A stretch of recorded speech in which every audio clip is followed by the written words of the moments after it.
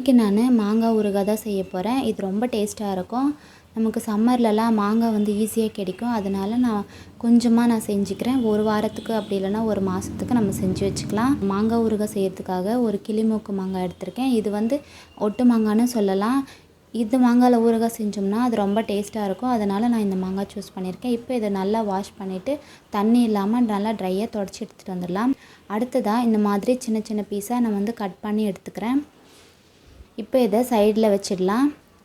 அதுக்கு அடுத்ததாக ஒரு பேனில் 1.5 டேபிள் ஸ்பூன் அளவுக்கு வெந்தயம் சேர்த்துக்கிறேன். 1/4 டீஸ்பூன் அளவுக்கு ஜீரகம் சேர்த்துக்கிறேன். சேர்த்துட்டு மீடியம் ஃப்ளேமில் வச்சு நல்லா ஃப்ரை பண்ணிக்கலாம். ஃப்ரை பண்ணதுக்கப்புறமா அது ஒரு மிக்ஸி ஜாரில் சேர்த்துட்டு நல்லா பவுடர் பண்ணிட்டு வந்துடலாம். அதுக்கு அடுத்ததாக நம்ம கட் பண்ணி வச்சுருந்த மாங்காயில் 1 டீஸ்பூன் அளவுக்கு சால்ட்டு சேர்த்துட்டு நல்லா மிக்ஸ் பண்ணி விட்டுக்கலாம்.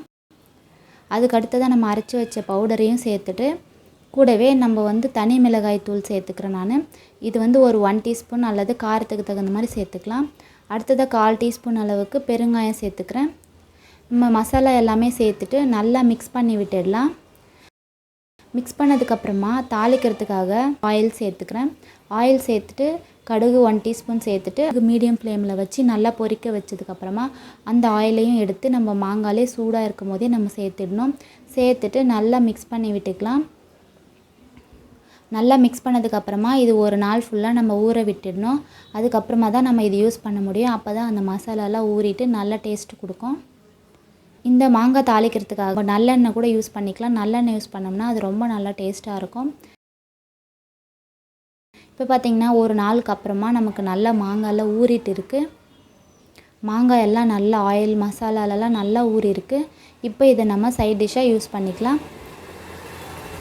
இப்போது நம்மளோட மாங்காய் ஊறுகாய் ரெடி ஆகிடுச்சு. இது வந்து நம்ம ஒரு மாதத்துக்கு செஞ்சு வச்சுக்கலாம். ஃப்ரிட்ஜில் வச்சு யூஸ் பண்ணிக்கலாம். அப்படி இல்லைன்னா கொஞ்சம் கொஞ்சமாக நம்ம ஒரு வாரத்துக்கு கூட நம்ம கொஞ்சம் கொஞ்சமாக செஞ்சு இது யூஸ் பண்ணிக்கலாம். இது நமக்கு மசாலாவில் ஊற தான் இதனோட டேஸ்ட் இன்னும் நல்லாயிருக்கும் நம்மளுக்கு. ஓகே ஃப்ரெண்ட்ஸ், கண்டிப்பாக இதை நீங்களும் ட்ரை பண்ணி பாருங்கள். ட்ரை பண்ணி பார்த்துட்டு எப்படி வந்ததுன்னு கமெண்ட் பாக்ஸில் கமெண்ட் பண்ணுங்கள். இந்த வீடியோ பிடிச்சிருந்ததுன்னா லைக் பண்ணுங்கள். உங்கள் ஃப்ரெண்ட்ஸ் எல்லாருக்கும் ஷேர் பண்ணிவிடுங்க. மறக்காமல் கீழே இருக்கிற ரெட் கலர் சப்ஸ்கிரைப் பட்டனை ப்ரெஸ் பண்ணி வச்சுக்கோங்க. அப்போ தான் அடுத்தடுத்த நான் போடுற வீடியோக்கள் உங்கள் மொபைலுக்கு நோட்டிஃபிகேஷனாக வரும். ஓகே ஃப்ரெண்ட்ஸ், தேங்க்ஸ் ஃபார் வாட்சிங்.